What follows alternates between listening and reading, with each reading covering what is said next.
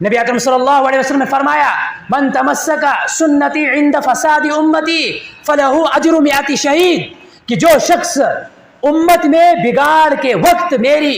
جب امت میں بگاڑ پیدا ہوگا، امت برائی کی طرف جا رہی ہوگی، امت خرافات میں، امت بدعات میں، امت محرمات میں پھنسی ہوئی ہوگی، اس وقت جو شخص میری ایک سنت کو زندہ کرے گا، اس پر کھڑا ہو جائے گا، اللہ رب العزت اس کو 100 شہیدوں کے برابر ثواب عطا کریں گے، 100 شہیدوں کا ثواب اس کو ملے گا۔ شہید کے بارے میں آپ کو معلوم ہے کہ اس کا خون کا قطرہ زمین پر گرنے سے پہلے اللہ اس کی مغفرت کرتے ہیں۔ یہ انعام اس شخص کو ملے گا جو شخص نبی اکرم صلی اللہ علیہ وسلم کی سنت کو مضبوطی سے تھامے گا، حضور کے طریقے پر چلے گا، اس کو اپنی زندگی میں لائے گا اور زندگی کے ہر پہلو میں اس پر عمل کرے گا، اس کو اللہ یہ انعام دیں گے، یہ مقام اور مرتبہ اللہ رب العزت دیں گے۔ نبی اکرم صلی اللہ علیہ وسلم نے حدیث پاک کے اندر فرمایا ترکت فیکم امرین لن تضلوا ان تمسکتم بہما، کہ 2 چیزیں تمہارے درمیان چھوڑ کر جا رہا ہوں، جب تک تم ان کو مضبوطی سے پکڑے رکھو گے، ان پر عمل کرتے رہو گے، تم کبھی بھی گمراہ نہیں ہوں گے، تم کامیابی کو حاصل کرو گے، تم کامیابی پر رہو گے، تمہیں کامیابی ملے گی اگر تم نے ان 2 چیزوں کی اتباع کی، کتاب اللہ و سنت نبی ہی۔ ایک ہے کتاب اللہ قرآن کریم، اس کو پڑھتے رہو گے، اس کے احکام پر عمل کرتے رہو گے، اور میری سنت کو پڑھ کر اس پر عمل کرتے رہو گے، زندگی کے ہر پہلو میں اس کو لاؤ گے تو تمہیں کامیابی سے کوئی نہیں روکے گا، تم کبھی بھی نہیں گمراہ ہوں گے۔ تم دنیا کے اندر جس بھی دور میں رہو گے، جس بھی حالات میں رہو گے، جہاں پر بھی رہو گے، تمہیں کوئی پریشانی نہیں ہوگی۔ دنیا میں کیا ہو رہا ہے، طوفان بدتمیزی ہے، کچھ بھی ہے، تمہیں کوئی پریشانی نہیں ہوگی اگر تم نے کتاب اللہ کو اور میری سنت کو مضبوطی سے تھام کے رکھا۔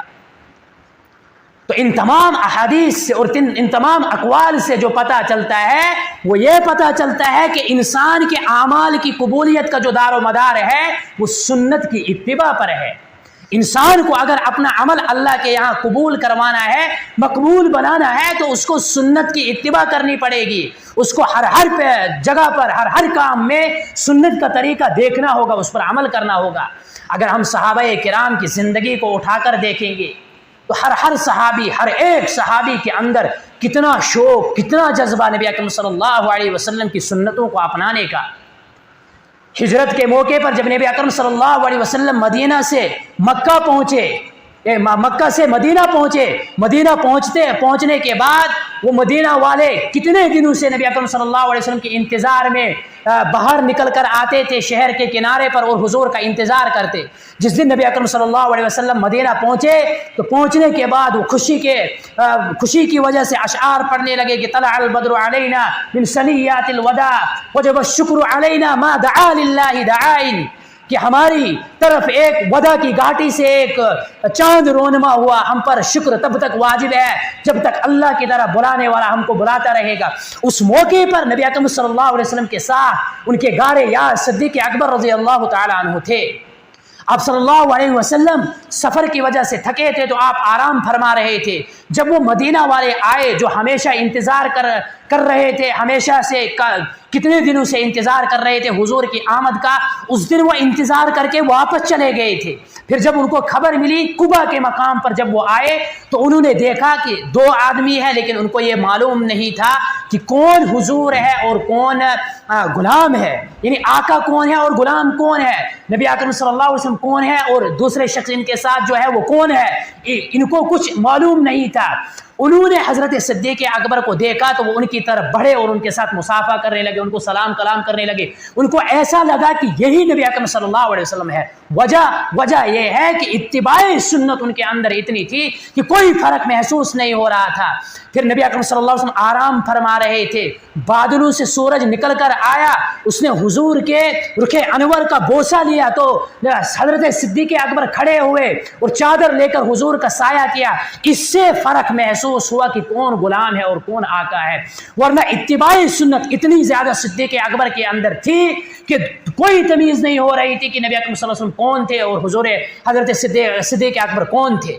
اس سے بڑھ کر آگے چلیں گے، صدیق اکبر کی اتباع سنت کہ جب صدیق اکبر نے نبی اکرم صلی اللہ علیہ وسلم سے اجازت چاہی کہ مجھے حبشہ کی طرف ہجرت کرنے کی اجازت دے دو، آپ صلی اللہ علیہ وسلم نے کہا کہ ٹھیک، آپ حضرت حبشہ کی طرف ہجرت کرو۔ جب صدیق اکبر نکلے، مکہ سے نکلتے نکلتے مکہ کے باہر پہنچے تو وہاں ایک کافر ان کو ملے۔ انہوں نے کہا آپ کہاں جا رہے ہو؟ انہوں نے کہا کہ میں مکہ چھوڑ کر حبشہ جا رہا ہوں۔ اس نے کافر نے کہا آپ جیسا نیک آدمی، آپ جیسا مخلص آدمی مکہ کو چھوڑ کر کیوں کر جا رہا ہے؟ صدیق اکبر نے جواب دیا کہ یہ کفار مکہ، یہ قریش مکہ مجھے یہاں رہنے نہیں دیتے، مجھے آزادی سے عبادت کرنے نہیں دیتے، مجھے احکام الہیہ پر عمل کرنے نہیں دیتے۔ تو اس کافر نے کہا آپ تو ایسے ہیں، انک لتصل الرحم وتکسب المعدوم وتقرع الضیف، یعنی وہ صفات گنوائے جو حضرت ختیجہ نے نبی اکرم صلی اللہ علیہ وسلم کے صفات اس وقت گنائے تھے جب آپ صلی اللہ علیہ وسلم پر پہلی وحی نازل ہوئی تھی، تو آپ صلی اللہ علیہ وسلم دوڑتے ہوئے آئے تھے، آپ صلی اللہ علیہ وسلم کے شان اطہر کانپ رہے تھے۔ اس وقت حضرت ختیجہ سے کہا تھا کہ مجھے اپنے آپ پر خوف ہو رہا ہے، اپنے آپ پر ڈر محسوس ہو رہا ہے۔ اس وقت حضرت ختیجہ نے کیا کہا تھا؟ کلا، ہرگز نہیں، انک لتصل الرحم وتکسب المعدوم وتقرع الضیف وتعین علی نوائب الحق، اللہ آپ کو ہرگز ضائع نہیں کرے گا۔ آپ کے اندر تو یہ صفات موجود ہے۔ یہی صفات اس کافر نے صدیق اکبر کے گنائے۔ اس سے پتہ چلتا ہے کہ صحابہ کے اندر سنت کی اتباع کا کتنا جذبہ تھا۔ اس کو چھوڑو، حضرت حذیفۃ الیمان رضی اللہ تعالی عنہ کو دیکھو کہ ایک مرتبہ وہ ایران کے کسی محل میں بیٹھے ہوئے تھے، وہاں پر ان کے سامنے دسترخوان لگایا گیا، ان کے سامنے کھانا آیا۔ کھانا جب آیا تو کھاتے ہی کھاتے ان کے ہاتھ سے لقمہ دسترخوان پر گر گیا۔ اب وہ سنت تو یہ ہے کہ دسترخوان پر لقمہ گر جائے تو اس کو اٹھا کر صاف کر کے کھانا ہے۔ حضرت حذیفہ ابن الیمان نے اسی سنت کی اتباع کرتے ہوئے اس لقمے کو اٹھایا اور اٹھا کر کھانے لگے۔ ساتھ میں جو آدمی بیٹھے تھے اس نے ان کو کوہنی سے ایسے دیا، کہا کہ آپ پتہ کہاں بیٹھے ہو؟ وہ بڑے بادشاہ کے دربار میں بیٹھے ہو، یہ کیا کہیں گے کہ یہ فقیر آدمی ہے، ان کو شاید کھانے کے لیے کچھ نہیں ملتا ہے، نیچے سے اٹھا کر کھا رہے ہیں۔ حذیفہ ابن الیمان نے کیا محبت